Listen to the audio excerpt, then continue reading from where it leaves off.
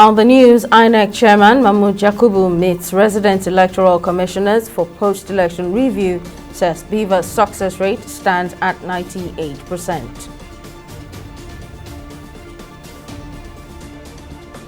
JAMB bans UTME candidates Mesoma Ejikeme for 3 years over alleged forgery of results.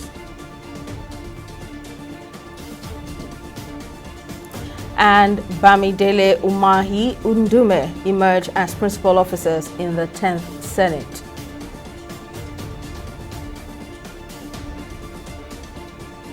Hello and welcome to News Now on TV 360 Nigeria. I am Simisola Adigun. The Independent National Electoral Commission, INEC, has described the performance of the Bimodal Voters Accreditation System, BVAS, technology used in the 2023 general elections as a huge success. The Commission says the BVAS recorded a 98% success rate compared to the 29.2% by the smart card readers in the 2019 general election. INEC Chairman Mahmood Yakubu, who made the disclosure on Tuesday while addressing the resident electoral commissioners REC of the 36 states of the Federation at the Commission's headquarters in Abuja, admitted that there were structural, infrastructural, and human nature challenges during the 2023 general election.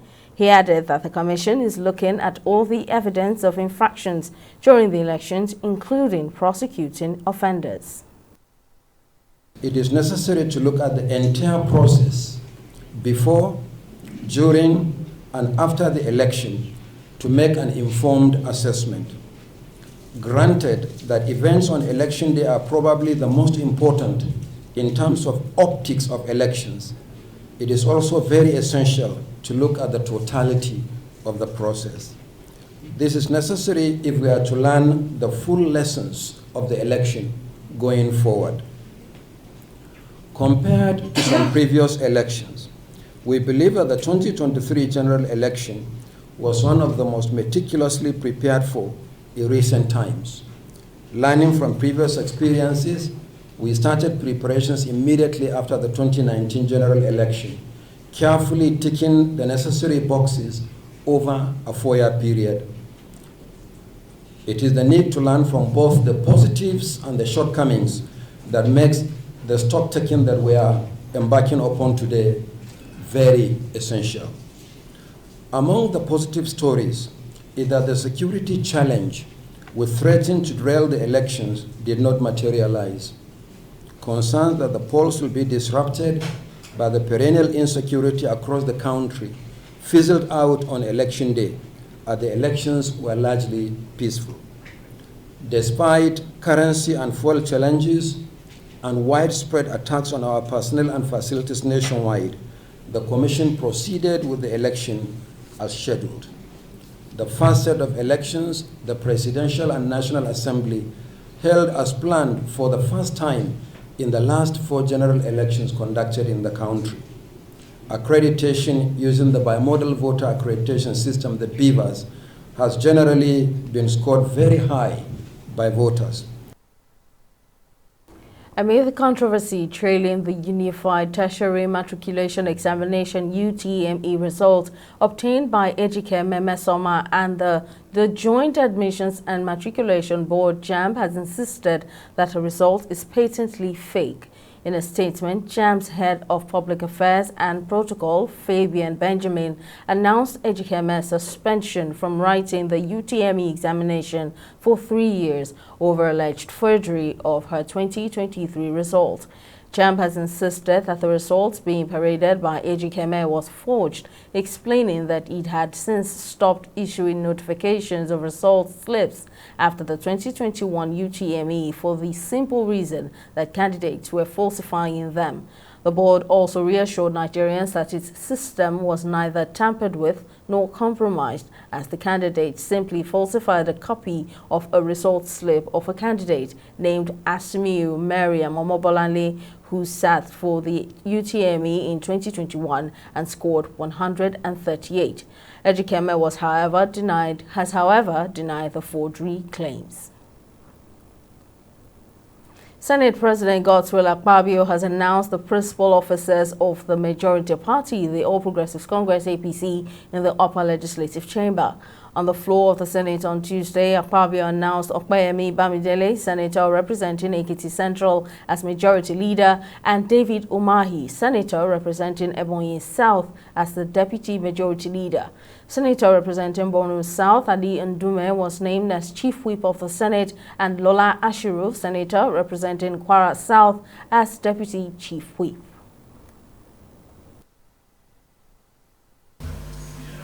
The majority of members of the minority caucus of the Senate, made up of about 7 political parties, have come up with their leadership. So I will just proceed to announce. Senator Simon Davor Nwakwom, Minority Leader. Distinguished Senator Oyewumi Olarere, Deputy Minority Leader. Distinguished Senator Darlington Wokocha, Minority Whip. Distinguished Senator Rufai Hanga, Deputy Minority Whip. The leader, can you move them forward to take their seats? The Senate leader is Senator Opeyemi Bamidele. He will be the majority leader of the Senate and the Senate leader. Senator Mohammed Ali Ndume will be the Chief Whip of the 10th Senate. Senator David Umahi, by your consent, will act as the Deputy Leader, and Senator Oyorola Isha Ashiru will be the Deputy Chief Whip. Rescue operations at the site of the collapsed 4-story building at Dakwe in Life Camp, Abuja, resumed on Tuesday at 8 a.m. according to the Federal Fire Service. The building, which was described as a hotel under construction, collapsed around 4 p.m. on Monday, trapping an unspecified number of workers. The Director General of the Federal Capital Emergency Management Agency, FEMA, Abbas Idris, who spoke to newsmen, said those rescued were brought out of the debris of the building at about 7:44 p.m. First, my sympathy to those people that were affected by this disaster, and 9 of them has been rescued. 6 were discharged from the hospital, and 3 are still in the hospital receiving treatment. Their condition is stable, and everything is going on well. We must bring it down so that it will not be another cause of disaster. And the search and rescue continue, contrary to what media is saying, that yesterday FEMA have abandoned the site and left people there. They didn't know the operations. The operations is that once those operators of the equipment are tired, there's no way they can do the work, and they are the one doing the work. So we have to call it a day and begin this morning. So that is the normal situation. It will continue until we get to ground zero. Our agency is a research institute, and as a research institute, what we do is to investigate, to find out what is wrong, to add value to a system, to improve on a system, and to see how we can make life comfortable to man. As a researcher, anytime there is a building collapse, what we do is to visit the building collapse site, to carry out investigation with respect to what is the cause of the problem, with the view to bring out strong recommendations so that these ugly incidents will never occur again. It is unfortunate. This is a man-made error, and it's something that can be totally eradicated, something that can be minimized as much as possible. A former governor of Zamfara State, Ahmad Yarima, says President Bola Tinubu has asked him to make efforts to ensure that there is stability in the bandit-torn northwest state. Yarima, who spoke with state correspondents after a private meeting with the president on Monday, said that the crisis will soon be over with his intervention as a father in the state. Yarima, who served as Zamfara governor from May 1999 to May 2007 and represented Zamfara West Senatorial District between June 2007 and June 2019, said the best way to handle the issue of banditry is to start with dialogue, adding that if negotiations fail, the government can then go all out to eliminate the bandits. I believe that Nigerian government has the capacity, the military, the security, have the capacity to deal with them immediately if so directed. If they are given the resources they require, the support and political will. But the collateral damages that will be associated with the actions that will be taken is what I believe should be avoided. If you send an aircraft now to where you identify the bandits, it's not only the bandits that will be affected. And if you recall, Mr. President Umar Musa Yar'Adua had similar interaction with the militants in Niger Delta, and it was successful. So I believe that as Nigerians, if they are called upon by government, the major causes of this problem is poverty and ignorance. You cannot find an educated human being, properly educated human being who has something to do, to take his arm, a gun, to go and kill an innocent soul, just in the name of looking for food. These people are having, very high level of poverty and ignorance. So if the government now comes up with a program of rehabilitation, just like they did in the issue of Boko Haram when the issue, was handled, I'm sure you will have a successful ending of this crisis. The economic policy that the government is planning,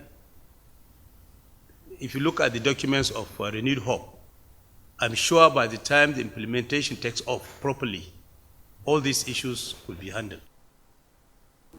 Counterfeit drugs are a deadly and growing problem globally, particularly in developing nations where supply chain security is limited.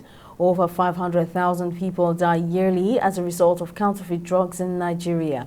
The country's drug regulatory body, the National Agency for Food and Drug Administration and Control (NAFDAC), says about 267,000 of these deaths are linked to anti-malaria medicines, which sadly is one of the most common illnesses in Nigeria. Determined to make a difference, Samuel Okwada has developed the Remedial Health application, where pharmacies and hospitals can make direct purchases of drugs from licensed drug manufacturers and suppliers. TV360's Tamilore Akinkole tells us more in this report. The case of counterfeit drugs is quite dear all over the world. In Nigeria, the number of substandard pharmaceutical drugs is currently between 13 to 15%, which is higher than the global average of 10%, contributing to several deaths annually. Along the street of many cities in Nigeria, the sales of drugs by uncertified persons contributes to the increase of substandard drugs in the country. To fight the flood of fake pills in Nigeria, Samuel Okwada established the Remedial Health application to help digitalize the pharmaceutical supply chain in Africa. As Remedial Health, we say we are digitizing the pharmaceutical supply chain in Africa, and we do that in a number of ways. So, for example, we provide software to pharmacies and hospitals for their operations. We help them with their supplies. So they can place orders for items that they need and get it to their stores without lifting a finger. Well, apart from placing an order on the phone. The World Health Organization, WHO, has ascertained that 1 in 10 medical products circulating in developing countries is substandard, and with Nigeria's healthcare delivery system under attack from the influx of fake drugs, the Remedial Health application stands as an hindrance to the increase of fake drugs. In Nigeria, the figure for counterfeit medicines sold is 40%. So 40% of medicines you buy are likely counterfeit. So if you go and buy 10 packs of medicines, very likely 4 out of those 10 are counterfeits. And these counterfeits are very good, like they're compared to the genuine product, exactly the same. Until you do a test, do you know that one is probably chalk while the other is a genuine product. And you can imagine how many people are affected every year. It's in the hundreds of thousands in Nigeria only from counterfeit medicines. So it's either I have a headache, I take something which should help me, but ends up giving me a different illness. With a large prosperity pharmaceutical industry, a landmark across 25 states in Nigeria, and a minimum order of 50,000 naira per order, the Remedial Health app is mostly used by hospitals and pharmacists as it helps solve the supply problem most pharmacists battled with during the outbreak of COVID-19 pandemic when restrictions were enforced. Within 2-3 days of the lockdown, pretty much majority of pharmacies had empty shelves. So people were trying to look for stock. They were calling us directly because we were pharmaceutical marketers at the time. They were calling us directly to supply them when typically we would supply through these markets. So when we started doing that delivery directly to the pharmacies, we felt, you know what, this market approach that we have in Nigeria, not just Nigeria alone, it's pretty much across Africa, where you buy medicines from an open air market is not sustainable. There are several challenges with buying medicines from places like that. And so we decided to solve it using technology. In its first year, Remedial Health has supplied more than 100,000 drugs to various states across the country and hopes to improve the quality of lives of millions of Africans by drastically reducing the sales of substandard drugs. Tamilore Akinkolie, TV360 Nigeria. We'll take a break here, but still to come. Brazil legend Marta confirms 6th Women's World Cup, her last. Stay with us for details of this story when we return.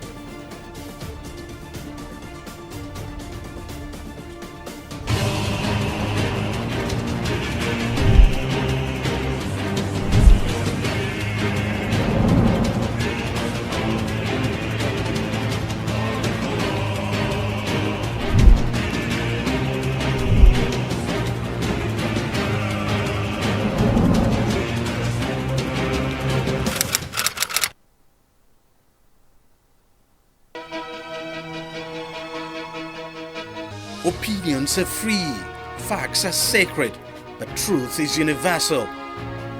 How, in practical terms, can we, for instance, de-escalate the tension? President must see himself as the President of the Federal Republic. We know where the enemy is. 3 places, the Lake Chad Basin, the border area between Nigeria and Cameroon, and then the Sambisa Forest. On Digi360, we give you a complete dose of everything. Opinion, facts and undiluted truth. I hardly believe what politicians are saying in this part of the world. A new Nigeria is possible, a future is possible. We delve into the issues, dissect it so that you can understand it, use it to take action. I don't think there's any need for any governor to look for grant for ranching. Digi360, dissecting the issues. In the last 3 years, we have built a multi-purpose center, which is the envy of all in our constituency. And I can tell you that the people who are living there are already enjoying it. Guy, do you think what this man just said is true? See, I seriously doubt. I'm sure it's one of those their silly lies. And wait, do you know there's a way to find out if these things he's saying is true or not? This is the Construct app. It gives people like us a sure way to track implementation of constituency projects. It gives valid and verified information on location of projects, amounts allocated, amount funded, the level of job done, and even the profiles of concerned legislators. You and I can post directly on this app. Are you serious? This is the go-to app if you want to know how our Commonwealth is being expanded by the government. Wow. Let's even see if what this man said is true. Show me. The Construct app is developed by Other People Nigeria with support from USAID and is available on both Google Play Store and Apple Store. And it's true. Of course, I told you.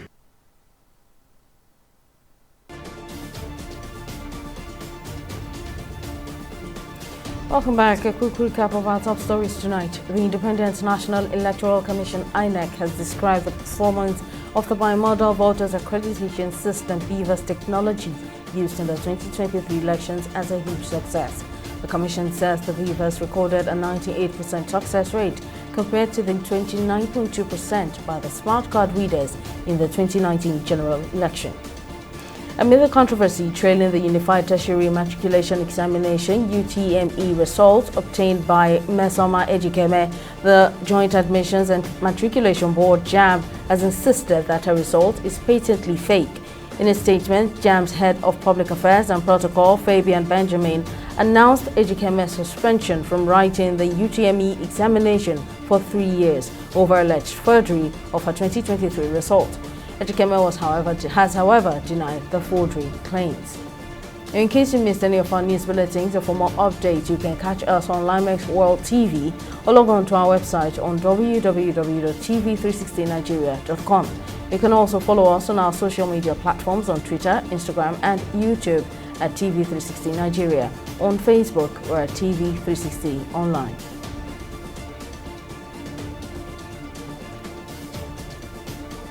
A renowned Nobel laureate in literature, Mario Vargas Llosa, has been hospitalized for a second time due to complications related to COVID-19. In a statement issued by his children, Alvaro, Gonzalo and Morgana, it was revealed that Vargas Llosa tested positive and was admitted to the hospital on Saturday. However, the specific location of his treatment was not disclosed. The 87-year-old had already recovered from COVID in April 2022. The news will continue right after this next break. Stay with us.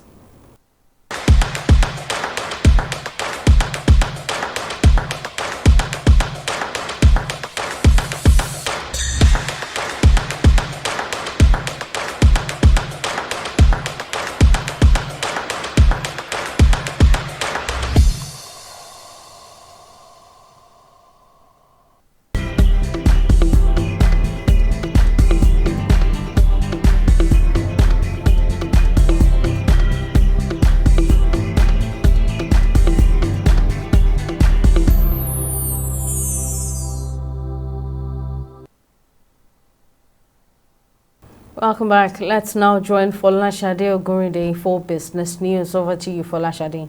Well, many thanks, Ms. Salah. In business, the Bank of America, led by its president of International, Bernard Mensah, says it is excited by the early decisions taken by President Bola Tinubu. Briefing journalists on Tuesday at the presidential villa in Abuja, Mensah lauded Tinubu for the initial steps taken by his administration to improve the nation's economy. The BOA representatives paid the president a courtesy visit and expressed their willingness to support the Tinubu-led administration with ideas to advance the market and enhance partnerships in new technological applications, climate change solutions, and deployment of global resources to the country. We'll take a break here and return with a review of the stock market. To stay with us.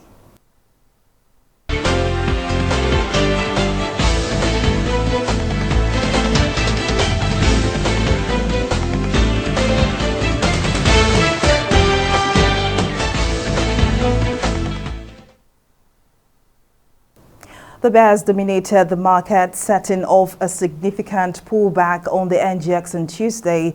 The market value of shares fell by 671 billion naira to 33.07 trillion naira at the close of trading. Now, this was a significant decline from 33.731 trillion naira in the previous session. Lasaka Assurance and PZ Cussons Nigeria were the top of the list of losers, closing at 2 naira 30 kobo per share and 20 naira 70 kobo per share respectively. Now on the flip side, Consolidated, Allmark Insurance and Eternal PLC topped the gainers table with double-digit performance, percentage increases of 10.00% and 9.96%.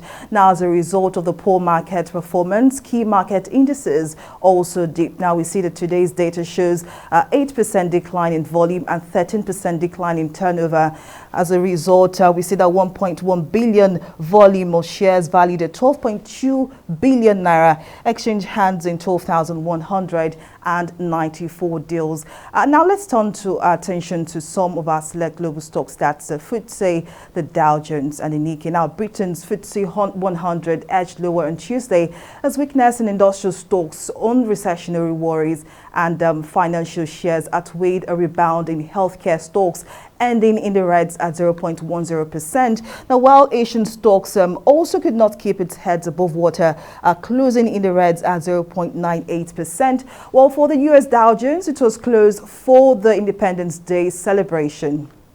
And that's it on business news and stock market review. Back to you, Simi, for the rest of the news. Thank you, Folashade, for the update. And Senegal's President Macky Sall has declared that he will not run for a third term in next year's election, ending years of uncertainty over his political future that helped fuel deadly opposition protests last month. In a speech carried live on his official Facebook page on Monday, Sall maintained that Senegal's constitution would have allowed his candidacy, despite having already been elected to a second term in 2019. Rumors that the 61-year-old leader would try to extend his stay in power have led to a bout of unrest since 2021, with dozens killed, shaking Senegal's reputation for calm in a restive region. And finally, in sports, Brazil forward Marta has confirmed that the 2023 Women's World Cup in Australia and New Zealand will be her last. The 37-year-old made her World Cup debut in 2003 and is Brazil's all-time leading scorer with 117 goals. She has won the Copa America 3 times, but is yet to lift the World Cup. Brazil's best result at the Global Soccer Showpiece was runner-up to Germany in 2007, and the forward has confirmed that this summer's tournament will be her last chance to win it with her country. Brazil will kick off their World Cup campaign against Panama on July 24 before taking on France and Jamaica. And that's all on news now this evening. Many thanks for watching. I am Simisola Ajikun.